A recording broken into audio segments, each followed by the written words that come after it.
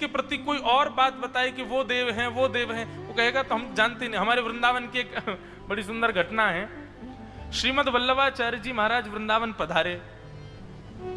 वल्लभाचार्य जी चलते थे तो उनके आगे बड़े शिष्य चलते थे मार्ग साफ करवाते हुए। जैसे अब हमारा भी अपरस का भाव है, कोई छुए ना, तो एक आध लोग ऐसे रखते हैं साथ में, वो आगे से भैया छूना नहीं, महाराज जी को छूना नहीं। मेरा ऐसा स्वभाव नहीं है, लेकिन कभी कभी मन में आता। अच्छा एक बात और बताएं, महाराज जी स्पर्श का एक अनुभव और किया कथाओं में भी। 1 घंटे बाद आंख खुली है मेरी, क्या हो गया है पता नहीं, और फिर बंद हो जाएगी। कथाओं में भी ऐसा नियम महाराज जी कि जब मैंने अनुभव किया कि अगर कोई स्पर्श कर दे, कक्ष से जब निकला था तब बड़े भाव आ रहे थे मन में, पर किसी व्यक्ति के स्पर्श से सारे भाव नष्ट हो गए। मंच पे आते ही शून्य हो गया, कुछ बोल आ ही नहीं रहे, वो भाव ही नहीं निकल पा रहे। तो स्पर्श का ये दोष भी देखा है कि अब कथा में भाव तो चाहिए, तो कई बार अब सबको ऐसा नहीं कोई दोष है, अब आप कहां से आए, किस भाव से आए, क्या खा के आए, क्या करके आए, उसका स्पर्श पर प्रभाव तो पड़ता है। इसीलिए देखो गायत्री जप के लिए लोग बाग ऐसे ही बोल देते हैं गायत्री मंत्र। कई लोग घर में जाओ तो वो बच्चों को बोलेंगे महाराज जी को श्लोक याद करके सुनाओ। कौन सा श्लोक? सबसे पहला बच्चा श्लोक ही गायत्री मंत्र सुनाता है। सुनिए देखिए आके दत्त धाम। गायत्री मंत्र को जपने के लिए त्रिकाल स्नान करना पड़ता है। गायत्री मंत्र को जप करने के लिए सिले हुए वस्त्रों का त्याग करना पड़ता है। गायत्री मंत्र जप करने के लिए आपको अपरस में रहना पड़ता है। इतना संपूर्ण गायत्री का भाष्य है श्रीमद् भागवत। आप श्री गायत्री का ही विस्तार श्रवण कर रहे हैं यहां पर। गायत्री मंत्र साधारण मंत्र नहीं है, वो सामान्य मंत्र नहीं है। उनकी उपासना साक्षात देव की उपासना, साक्षात ठाकुर जी की उपासना के समान है। उसको ऐसे अनायास उठते हुए बोलना, स्पीकर पर बोलना, चिल्ला के बोलना नहीं चाहिए। उसके लिए बड़ी मर्यादाएं हैं। कितनी मर्यादाओं का पालन यहां किया जा रहा है। ऐसे गायत्री को उपासित किया जाता है। तो श्रीमद वल्लभाचार्य जी महाराज वृंदावन पधारे, उनके आगे लोग बाग चल रहे हटाते हुए, कोई मार्ग दे दो, वल्लभाचार्य जी आ रहे हैं। एक सामान्य सा ब्रजवासी बेचारा अपने खेत में काम कर रहा था, तो सेवकों ने जाकर जल्दी हटो जल्दी हटो, श्रीमद वल्लभाचार्य जी महाराज आ रहे हैं। तो ब्रजवासी तो हमारे थोड़े अल्लड़ होते ही हैं। तो ब्रजवासी बोले कि कौन है श्री वल्लभाचार्य जी? बोले वल्लभाचार्य जी, तुम वल्लभाचार्य जी को नहीं जानते? अरे श्रीनाथ जी को जिन्होंने प्रकट किया, ऐसे श्रीमद वल्लभाचार्य जी महाराज भगवान के अनन्य भक्त हैं। अब ब्रजवासी सीधे साधे तो होते ही हैं, लेकिन थोड़े बोल जाते हैं बस। ब्रजवासी बोला तो ठीक है, तो तुम भी बगलते निकल जाओ। क्यों? बोले मैं भी फनन्य भक्त हूं भगवान को। वल्लभाचार्य जी अनन्य है तो मैं भी फनन्य हूं। तो बोले फनन्य क्या होता है? भक्त ने पूछा। तो ब्रजवासी बोलो पहले तुम बताओ अनन्य क्या होता है। उन्होंने कि अनन्य का मतलब होता है जो कृष्ण के अलावा अन्य को ना जानता हो। कृष्ण के अलावा अन्य को ना जानता हो, वो अनन्य भक्त। अब तुम बताओ फनन्य भक्त क्या होता है?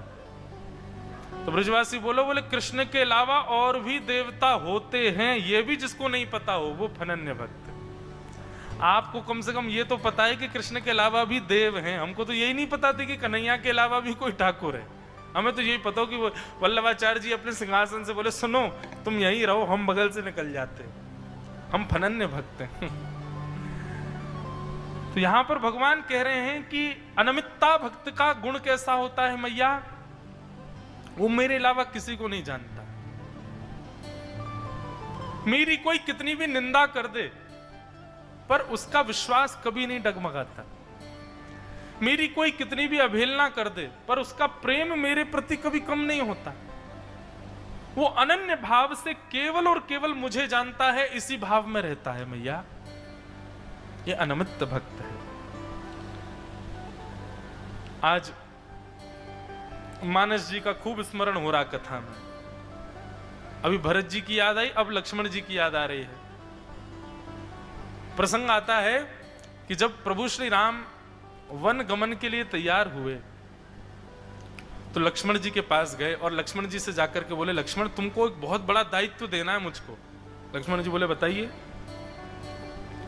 बोले, देखो पिता की आज्ञा हुई है कि मुझे 14 वर्ष के लिए वन में जाना है और भरत को राज्य गद्दी मिलेगी। पूरा वृत्तांत बताया। बोले, अब मैं जा रहा हूं वन में, भरत और शत्रुघ्न गए हुए हैं अपनी नानी के यहां, और वहां से कब लौट करके आएंगे, क्या होगा, कुछ पता नहीं। मेरे जाते ही अयोध्या की स्थिति बड़ी भयावह हो जाएगी। पिताजी को संभालना, तीनों माताओं को संभालना, पूरी अयोध्या को संभालना। पिताजी स्वयं अभी बड़े व्याकुल हुए हैं, वे अभी भी फर्श पर ही लेटे हैं, हाँ राम कह रहे हैं, लेकिन मुझे तो आज्ञा उनकी माननी है। एक बार आज्ञा हो गई तो मुझे पालन तो करना पड़ेगा। इसलिए लक्ष्मण, मैं तुमको दायित्व दे करके जा रहा हूं। माताजी, पिताजी, पूरा परिवार एवं पूरा अयोध्या, इसका दायित्व तुम्हारा है, तुम संभालना। और वहां पर एक राजा का धर्म क्या होता है, लखन जी को वो समझाते हैं और लक्ष्मण जी से कहते हैं, बोले कि यदि कोई अपने राज धर्म का निर्वहन नहीं करता लक्ष्मण, तो उसको नरक जाना पड़ता है। उसको देवता भी स्वीकार नहीं करते। नरक कौन कौन लोग जाते हैं उनके बारे में बताया। उसमें एक धर्म यह भी बताया, जो राजा होते हुए भी अपनी प्रजा का पालन ना करे, जो राजवंश का होते हुए भी अपने कुल मर्यादा और राजवंश का पालन ना करे, उसको नरक जाना पड़ता है। इसलिए लक्ष्मण, तुम मेरी बात मानोगे, मुझे ऐसा विश्वास है। इसलिए माताजी, पिताजी और पूरी अयोध्या का ध्यान का दायित्व मैं तुमको दे के जाता हूं, सबका ध्यान रखना, और मैं जा रहा हूं। लक्ष्मण जी कुछ नहीं बोले, लेकिन जैसे ही श्री ठाकुर जी की वार्ता पूर्ण हुई, लक्ष्मण जी कहते हैं, बोले, भगवान एक बात बताओ, यदि कोई व्यक्ति किसी देव का उपासक हो और उस देव की प्रतिमा यदि स्थानांतरित करके कहीं और विराजमान की जा रही हो, लेकिन वो भक्त से कह दिया जाए कि नहीं, तुम हमेशा इसी मंदिर में आते थे, तुम यहीं आओ, मूर्ति वहां विराजी रहेगी, तुम वहां मत आना, तुम तो यहीं आओ, क्या ऐसा संभव है? राम जी बोले, बिल्कुल नहीं। बोले, मूर्ति जहां विराजमान हो गई, अब वो नवीन मंदिर है, वहीं सारे देव, वहीं सारी मायाएं और वहीं सारे भाव विद्यमान हैं, वहीं जाना चाहिए। बोले, ठीक वैसे ही मेरे लिए देव आप हो, मैं किसी भगवान को नहीं जानता। आपने अभी यम यातनाओं के बारे में बताया, मैं यमराज को भी नहीं जानता। आपने स्वर्ग के बारे में बताया, मैं इंद्र को भी नहीं जानता। आपने अन्य अन्य भाव बताए, राजा के धर्म क्या होते हैं, प्रजा का पालन करना, माता पिता का। सही पूछें, मेरे लिए माता पिता भी आप हो, मुझे माँ का दर्शन भी आप में होता है, पिता का दर्शन भी आप में होता है, भाई का दर्शन भी आप में होता है। मैं कहां तक कहूं, जितने भी प्रिय संबंध मेरे समीप के हैं, मुझे सब आप में दिखते हैं, और आपके बिना किसी में मुझे कोई भाव दर्शन नहीं होता। मैं यमराज भी आपको मानता हूं, मैं इंद्र भी आपको मानता हूं, मैं परब्रह्म भी आपको मानता हूं, मैं माता पिता, राजा, जो संबंध कहो, मैं सब केवल आपको मानता हूं। आपके अलावा मैं किसी को नहीं जानता। अब बताइए, मैं कैसे अपने धर्म का निर्वहन करूं? आप तो चले जाएंगे वन में, मैं कैसे निर्वहन करूं? मेरा तो देव चला गया, मेरे तो माता पिता चले गए, मेरी तो प्रजा चली गई, मेरे तो परब्रह्म चले गए। मैं कैसे रक्षा करूं? और रही बात, आपने मुझे आज्ञा दी है कि माता पिता और पूरी अयोध्या आदि सबकी रक्षा करने का दायित्व तुम्हारा लक्ष्मण, तो मेरे लिए सब आप हो, मैं सेवा करूंगा, संग रहूंगा आपके, एक क्षण के लिए भी आपसे दूर नहीं जाऊंगा, आपके वियोग में नहीं रह सकता। राम जी नहीं माने, बोले, नहीं लक्ष्मण, ये सब बातें तुम्हारी ठीक है, इसको, लेकिन यहां लक्ष्मण जी का भाव देखो ना, ये है अनमितता जो भगवान यहां कह रहे हैं। बोले, सखा गुरु सुहृदो देवमिष्टम, वो सबको मुझ में ही देखता है, मेरे परे किसी को नहीं जानता वो। लेकिन लक्ष्मण जी थोड़े ज्यादा दृढ़ हैं इस भाव के प्रति। लक्ष्मण जी कह रहे हैं, मैं नहीं रह सकता भगवान, आप जहां जाएंगे मैं तो वहीं रहूंगा, मेरे लिए सर्वस्व आप हो। और यदि आप मुझे ये ताना कह करके जाएं कि तुम बड़े भाई की आज्ञा का पालन नहीं कर रहे हो, तो भगवान एक मेरे शंका का समाधान और कीजिए। ये आज्ञा पालन करना किसका धर्म होता है, आत्मा का कि शरीर का? भगवान बोले आत्मा तो परम शुद्ध है, चैतन्य है, उसको कौन कोई आज्ञा कर सकता है? आज्ञा पालन करना तो शरीर का धर्म है लक्ष्मण। तो ठीक है भगवान, आप मेरे कक्ष से एक पैर बाहर रखिए और आपके चरण बाहर रखते ही मेरे प्राण भी आपके साथ जाएंगे।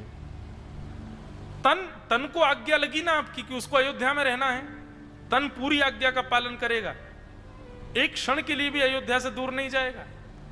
शरीर मेरा अयोध्या में ही रहेगा, लेकिन आप अयोध्या से मुझे नहीं लेकर के गए तो प्राण मेरे आपके साथ चले जाएंगे। ये अनमितता भक्ति। भगवान कहते हैं मैया जब ऐसी भक्ति मेरी कोई करता है, उसका कोई कारण नहीं है, वो अकारण मेरे लिए बना है, बस उसको यह भी भाव नहीं है कि मुझे आप प्रसन्न रखो नाथ, नहीं, जैसे राखो तैसे रहूं, बस मेरे संग रहो। ये अनमितता भक्ति है और ऐसी भक्ति आप कर सकती हो, ऐसी भक्ति मुझे बड़ी प्रिय है और ऐसी भक्ति करने वाले को मैं निर्वाण पद प्रदान करता हूं। ऐसी भक्ति करने वाले को मैं उसकी जीवित अवस्था में निश्चित दर्शन प्रदान करता हूं। और मेरा दर्शन भी सामान्य नहीं होता, प्रसन्न हासा, प्रसन्न मुद्रा में मेरा दर्शन होगा, मेरे अद्भुत स्वरूप धारण करके आता हूं। ऐसी अनमितता भक्ति करो तब मेरी प्राप्ति होगी। और इस अनमितता भक्ति करने वाले के और भाव बताते हुए भगवान कहते हैं कि विसज्य सर्वानयांश्च, विसज्य सर्वानन्यांश्च मामेवं विश्वतो मुखं भजन्त्यनन्य भक्त्या तन्मृत्योरतिपारये। भगवान कह रहे हैं भैया जो इस प्रकार मेरी भक्ति करता है, मैं उस व्यक्ति को मृत्यु के भय से निवृत्त कर देता हूं। मतलब स्पष्ट रूप से भगवान कह रहे हैं अनमितता भक्ति करने वाले व्यक्ति की मृत्यु नहीं होती है। तो क्या होता है? बोले या तो मैं स्वयं लेने के लिए आता हूं या फिर मेरे दूत उसको लेने के लिए जाते हैं। नहीं तो हम आप सब लोगों की मृत्यु होती है तो अंतिम श्वास लेते समय मृत्यु देवी आती हैं या फिर यमराज आते हैं। अच्छे कर्म किए होंगे तो स्वर्ग के गंधर्व आते हैं। परंतु भगवान यहां कह रहे हैं अनमितता भक्ति करते हुए प्राण त्याग देने वाले भक्त के मैं मृत्यु के भय को दूर कर देता हूं और फिर उसको मेरी ही प्राप्ति होती। मैं ही आता हूं उसको ले जाने के लिए, उसको अपने साथ लेकर के जाता हूं।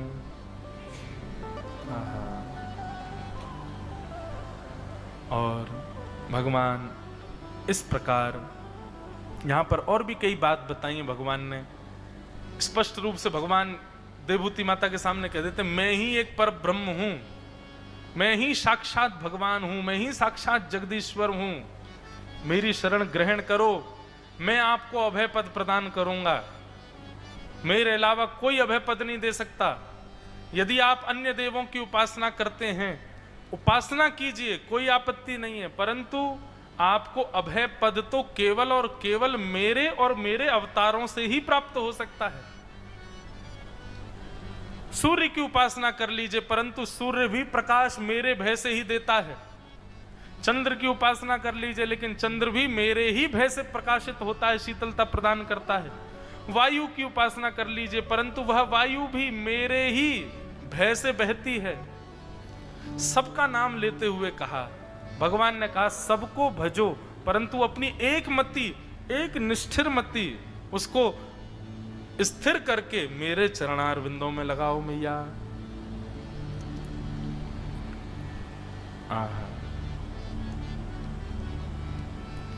कि मन भयाद्वाति वातोयम सूर्यस्तपति मद्भयात् वर्षतीन्द्रो दहत्यग्न मृत्युश्चरति मद्भयात्। सब मुझसे भयभीत होकर के कर्म कर रहे हैं, इसलिए अन्य देवताओं की उपासना करो, परंतु अपनी एक चित्तवृत्ति तो मुझ में लगाओ। एक दिन पंचपदी में मैंने एक पद गाया था और उस पद में यही बात है, बहुत सुंदर। नंद भवन को भूषण माई, नंद भवन को भूषण माई, नंद भवन को भूषण माई, नंद भवन को भूषण माई। यशोदा को लाल वीर हलधर को, यशोदा को लाल वीर हलधर को, यशोदा को लाल वीर हलधर को, यशोदा को लाल वीर हलधर को। श्री राधा रमण परम सुखदाई, नंद भवन को भूषण माई, नंद भवन को भूषण माई, नंद भवन को भूषण तो माई। यहाँ जो भगवान कह रहे हैं मत भयात याति बातो यम सूर्य तपति मत भयात वर्षतीन्द्रो दहत्याग्नि मृत्युश्च रति मत भयात। सब मेरे भय से ही भयभीत होकर के क्रिया कर रहे हैं, देवता जितने भी हैं। और इस पद में श्री नंददास जी भी वही बात कह रहे हैं। इंद्र को इंद्र देव देवन को, इंद्र को इंद्र देव देवन को, ब्रह्म को ब्रह्म महाबलदाई, नंद भवन को